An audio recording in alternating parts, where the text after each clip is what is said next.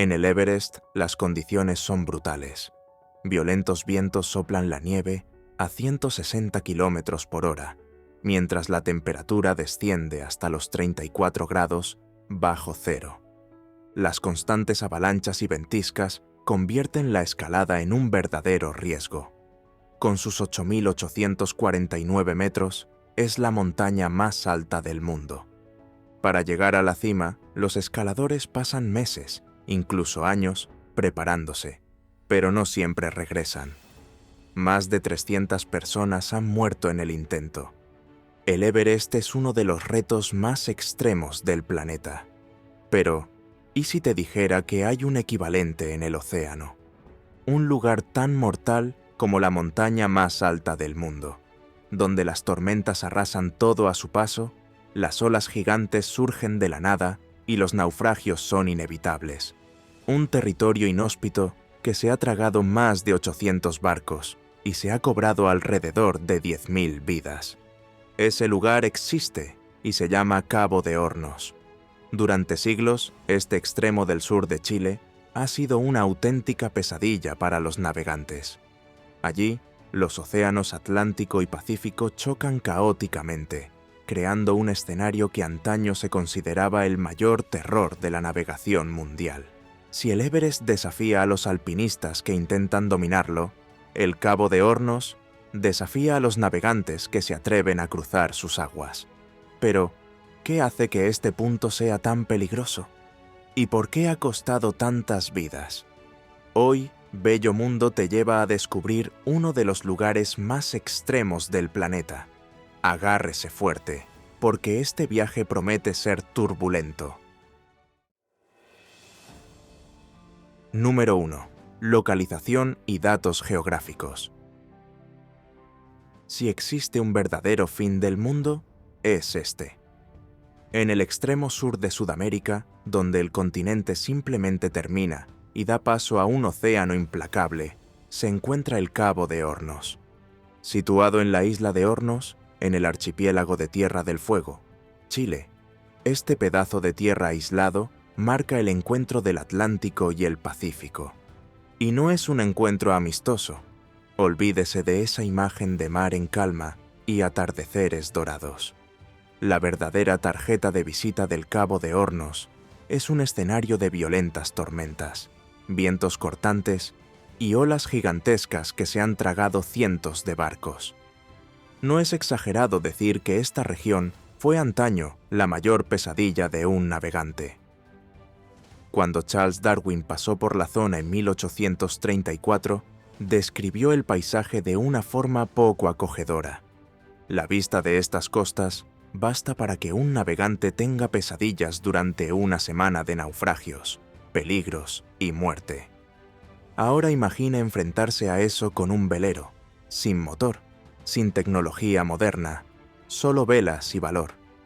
Durante siglos, así es como los marineros intentaron cruzar el Cabo de Hornos, y a muchos de ellos nunca se les volvió a ver. Si alguna vez ha oído a alguien decir que ha doblado el Cabo de Hornos en un velero, puede estar seguro. Ha hecho el equivalente náutico de escalar el Everest en alpinismo. Número 2. Historia. La historia del Cabo de Hornos comienza con una rivalidad comercial y un audaz plan. A principios del siglo XVII, la Compañía Holandesa de las Indias Occidentales tenía un férreo control del comercio marítimo en la región del Estrecho de Magallanes, el único paso conocido hacia el Océano Pacífico sin tener que circunvalar toda África. Este monopolio molestaba a muchos comerciantes que tenían que pagar tasas muy elevadas para navegar por la ruta. A diferencia de muchos descubrimientos realizados por exploradores o científicos, el origen del Cabo de Hornos no tuvo nada que ver con una misión científica o una aventura heroica. Fue pura estrategia comercial y, sobre todo, de boicot.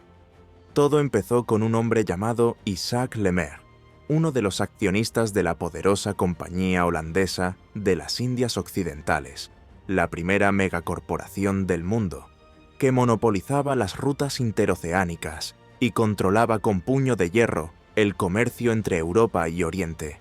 Pero Le Maire, en lugar de beneficiarse pacíficamente de la compañía, acabó convirtiéndose en uno de sus mayores enemigos. Quería romper el monopolio. Quería encontrar una nueva ruta entre los océanos que no pasara por el estrecho de Magallanes, evitando los abusivos impuestos y los estrictos controles de la compañía. Y así, en 1616, organizó una expedición con 2 navíos, el Eendracht y el Hoorn, poniendo al frente a su propio hijo, Jacob Le Maire. La misión: descubrir una nueva ruta y sabotear los negocios de la Compañía de Indias. En enero de ese año, tras desafiar mares tormentosos y doblar la punta de Sudamérica, Jacob y su tripulación lograron su hazaña. Demostraron que, efectivamente, existía una ruta alternativa que unía el Atlántico con el Pacífico. El joven navegante se dirigió hacia el oeste, cruzando todo el Océano Pacífico hasta llegar a Indonesia. Pero en lugar de recibir una bienvenida de héroe, fue capturado por los hombres de la Compañía de Indias. No hubo celebración, no hubo medalla. La única bienvenida que recibió fue una orden de arresto y la incautación de su barco. Jacob murió en el viaje de regreso, pero su padre, Isaac, siguió luchando contra la compañía, intentando derrocar el monopolio de la que fue, durante mucho tiempo, la mayor corporación comercial del planeta. ¿Y el nombre del cable? Bueno, no se llamó así en honor al navegante, sino en honor a uno de los barcos de la expedición, el Hoorn, que desgraciadamente se incendió y hundió en mitad del viaje. Lo curioso es que, en español, la traducción acabó siendo Cabo de Hornos, que mucha gente piensa que está relacionado con los hornos o el calor, pero en realidad no tiene nada que ver. El nombre procede de la localidad holandesa de Hoorn, cuna del barco perdido, y así fue como una mezcla de ambición, traición y resistencia comercial puso este cabo en el mapa, convirtiéndolo en uno de los pasos marítimos más legendarios y mortíferos del planeta. Y ahora surge la pregunta: ¿por qué, después de todo, el Cabo de Hornos se ganó una reputación tan siniestra? Número 3. La reputación de lugar peligroso. El Cabo de Hornos no tiene por nada la reputación de cementerio de marineros. Muchos creen que la razón reside únicamente en las frecuentes tormentas, pero el peligro va mucho más allá. Aquí todo conspira contra los navegantes: vientos implacables, olas colosales, temperaturas bajo cero y un terreno traicionero. La latitud lo dice todo: 56 grados sur. Esto significa que este extremo de Sudamérica está más cerca de la Antártida que del resto del continente, por lo que hace frío todo el año. Pero no piense en un clima polar estable, con paisajes helados y nieve acumulada. La humedad es intensa, la lluvia y el granizo son constantes, y los vientos son tan agresivos que impiden cualquier acumulación prolongada de hielo en el suelo. Sin embargo, en los meses más fríos, aparecen por allí icebergs perdidos, procedentes de la Antártida, flotando como sombras ominosas en el horizonte. En cuanto a los vientos, no solo son fuertes, sino legendarios. Eso se debe a que el Cabo de Hornos se encuentra exactamente dentro de una de las zonas más temidas por los navegantes, los llamados Furiosos 50. Pero, ¿qué hace que esta región sea tan brutal? En el hemisferio sur, entre las latitudes 40 y 60, los vientos soplan sin encontrar barreras terrestres, al contrario que en el hemisferio norte, donde los grandes continentes cortan las corrientes de aire. Aquí, sin embargo, no hay obstáculos. Es un auténtico corredor atmosférico donde los vientos cobran fuerza, alcanzando velocidades absurdas. ¿Y adivina dónde se encuentra esta vorágine con un estrecho geográfico que amplifica aún más su potencia? Exactamente en el estrecho de Drake, el embudo natural entre Sudamérica y la Antártida. ¿Cuál es el resultado? ráfagas de viento que superan los 150 kilómetros por hora, tormentas que aparecen sin previo aviso, como si el océano hubiera decidido castigar a quien se atreviera a cruzarlo. Y lo que es peor, estas tormentas pueden durar días, dejando los barcos completamente a merced del mar. Las olas son un espectáculo en sí mismas. En el Cabo de Hornos, el Océano Pacífico y el Océano Atlántico chocan con toda su fuerza, creando un auténtico campo de batalla marítimo. Las masas de agua recorren miles de kilómetros sin interrupción, y al llegar a esta región, se encuentran con un fondo oceánico irregular y abrupto, que hace que las olas dupliquen su tamaño de la nada. Algunas superan los 20 metros de altura, suficiente para tragarse barcos enteros y hacer zozobrar cualquier embarcación que no esté preparada. Ahora imagine intentar navegar en este entorno con visibilidad reducida, rodeado de una densa niebla, mientras el termómetro registra temperaturas bajo cero y el mar se convierte en una vorágine de caos. Esta es la realidad del Cabo de Hornos, uno de los pocos lugares del planeta donde el propio océano parece empeñado en desafiar a cualquiera que intente cruzarlo. Por todo ello, no es difícil entender por qué, durante siglos, este fue el tramo de mar más temido por los navegantes.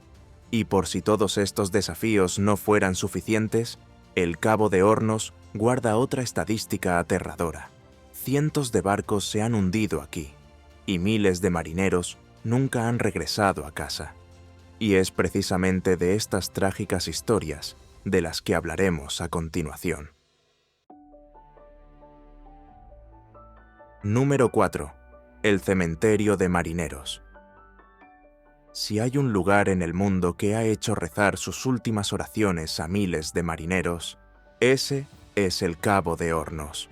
A lo largo de los siglos, más de 800 embarcaciones han sido engullidas por estas aguas brutales, llevándose consigo algo así como 10.000 vidas.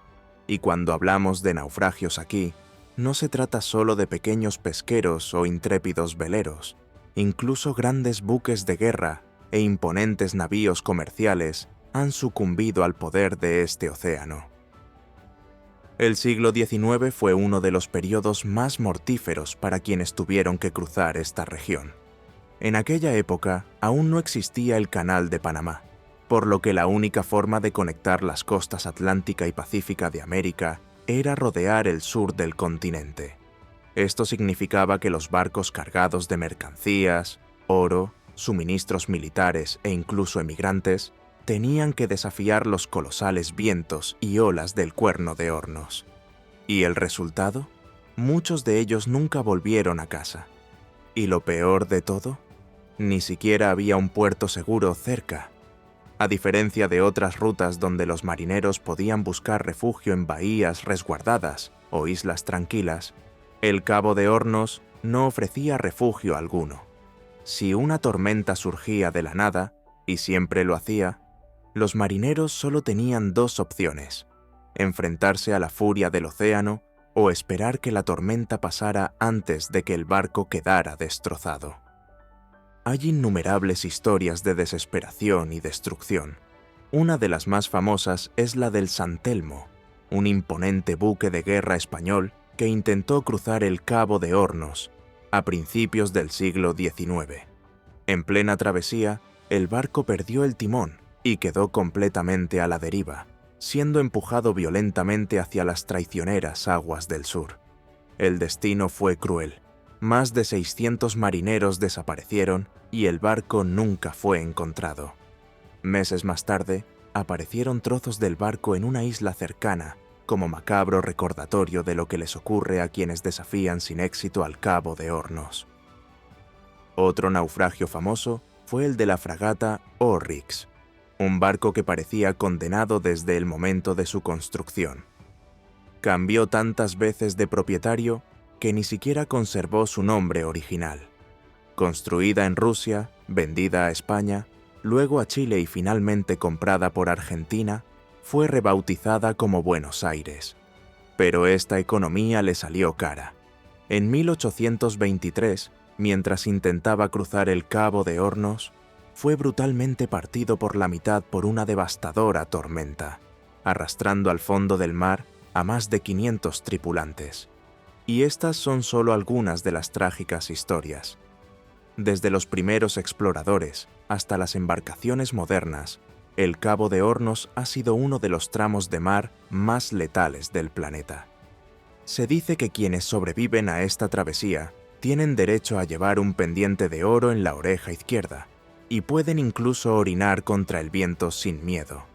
Una tradición náutica de la que solo pueden presumir los más valientes.